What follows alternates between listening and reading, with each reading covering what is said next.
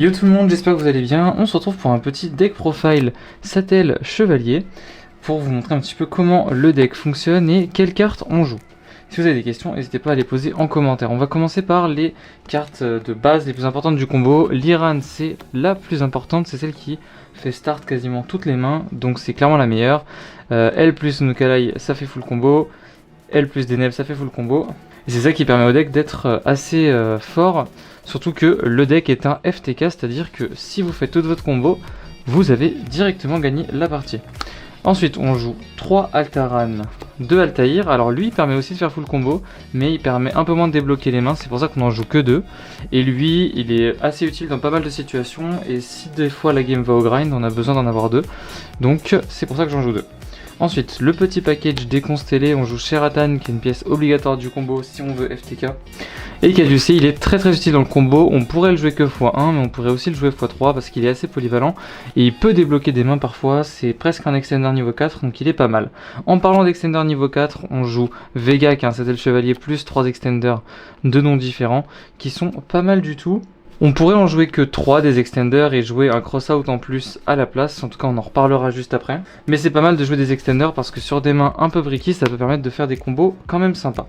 Ensuite, on joue 3 fois la magie rapide et 3 fois la magie continue. J'ai voulu maximiser pour permettre au deck d'avoir plus de mains vivantes, c'est-à-dire que des mains sans Liran ou sans accès à des combos ou en se prenant une entrap, si on a celle-là en main, ça peut nous permettre de repartir. Donc c'est pas mal. Ça peut permettre de sauver le deck. Ensuite, pour la consistance, on joue forcément au renfort de l'armée qui est la meilleure carte. Et 3 pots de prospect qui est extrêmement fort pour la consistance vu qu'on a la place.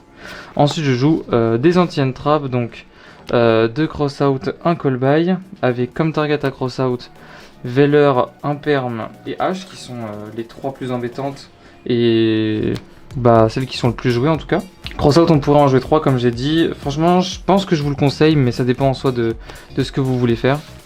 Et vu qu'on a peur des targets, etc., on rajoute aussi Soravis plus le Magical Midbreaker Field, ce qui fait qu'on joue tout ça en anti-entrap. Donc c'est pas trop mal, et évidemment on peut rajouter en side des entraps plus embêtantes. Allez, je vais passer à l'extra deck.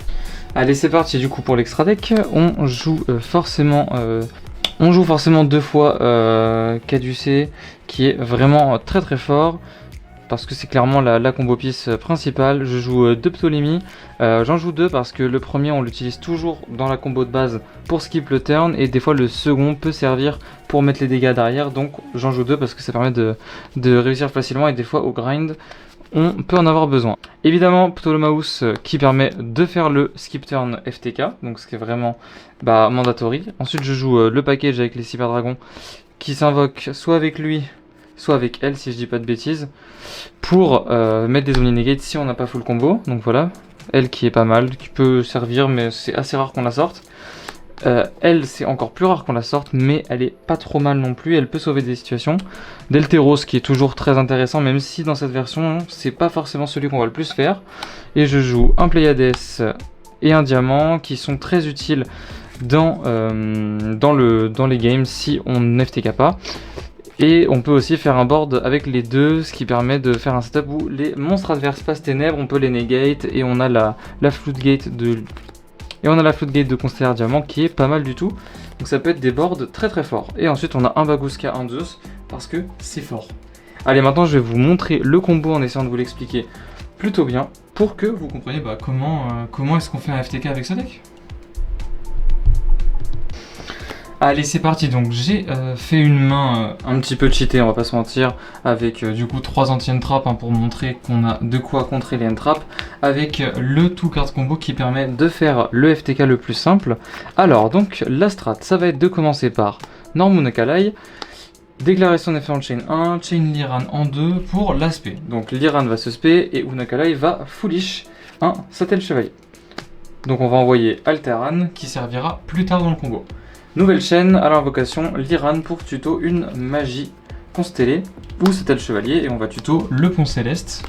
Ensuite X64 pour faire Caducée. Caducée est fait. On va détacher un pour bannir un constellé du deck, pour tuto un constellé. Je l'avais pas mis de côté, excusez-moi. Hop. Donc on bannit Shiratan avec son effet pour pouvoir ajouter Caducée, l'autre Caducée. Ensuite, Caducée peut se spé et faire effet pour tuto l'autre magie constellée, Sadel Chevalier. Enfin la magie continue constellée tel Chevalier. Ensuite, on peut activer Ponce Céleste, Target Caducée pour le remélanger dans l'extra et spé un non différent du deck.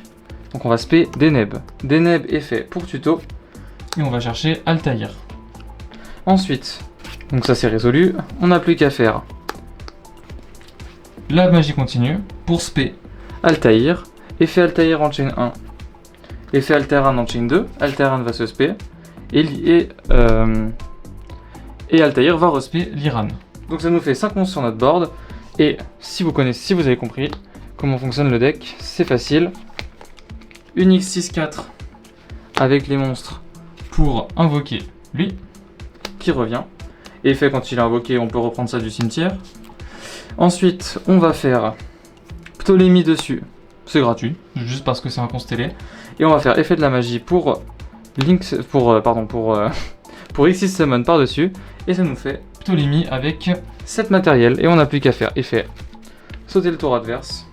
Et le tour est joué. Et puis après, vous avez simplement à rusher votre carte, activer la magie, refaire un board et taper à 8000. Merci d'avoir regardé la vidéo. Si vous avez des questions, n'hésitez pas. A plus.